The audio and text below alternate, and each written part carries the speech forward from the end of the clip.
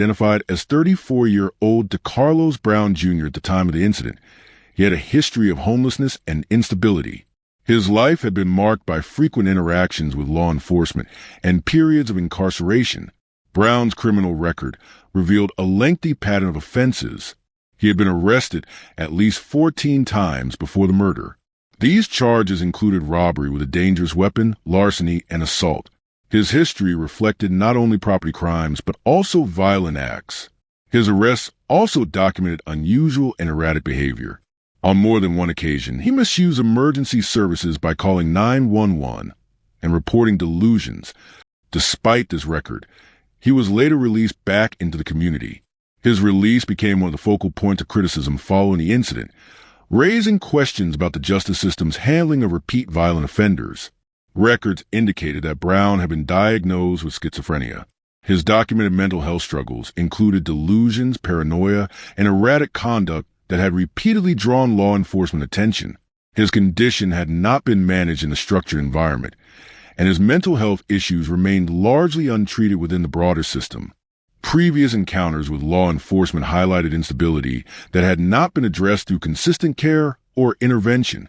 Earlier in 2025, Brown was released on cashless bail despite his extensive criminal history and documented mental health condition.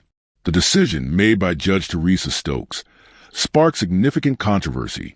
Critics argued that releasing an individual with a history of violence and instability presented a direct risk to public safety. Following Irina's death, the bail decision became a central point in political and legal debates. Legislators and community leaders questioned whether systemic failures in the judicial system enabled the crime to occur. On the evening of August 22, 2025, 23-year-old Irina Zarutska boarded a Lynx Blue Line train in Charlotte, North Carolina. The time was recorded at approximately 9:46 p.m., and the boarding took place at the East/West Boulevard station. Irina had just completed her shift at a local pizzeria, where she worked to support herself after relocating to the United States from Ukraine. She was still in her work uniform, a simple outfit that indicated she was returning home from a routine job as a recent immigrant. On this ride, she entered the train car and took a seat. Directly behind her, another passenger positioned himself. Later identified as 34-year-old DeCarlos Brown Jr., unknown to Irina, Brown had a long criminal record, a history of mental health struggles, and prior arrests for violent offenses. There was no interaction between them as the train departed the station.